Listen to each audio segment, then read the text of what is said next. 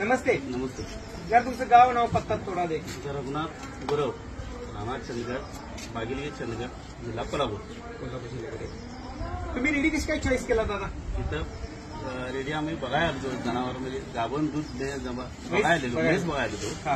ती आम्हाला रेडी तुमची उत्कृष्ट तयार केलेली बघितली, चांगली वाटली. बरं. आणि आम्हाला त्यात आनंद वाटला. त्यासाठी आमची ती निवड झाली आणि यात आम्हाला जरासं समाधानचिन्ह वाटलं. त्यामुळे त्या रेडीकडे निवड झाली, त्यामुळे आम्ही निवड रेडीची केली.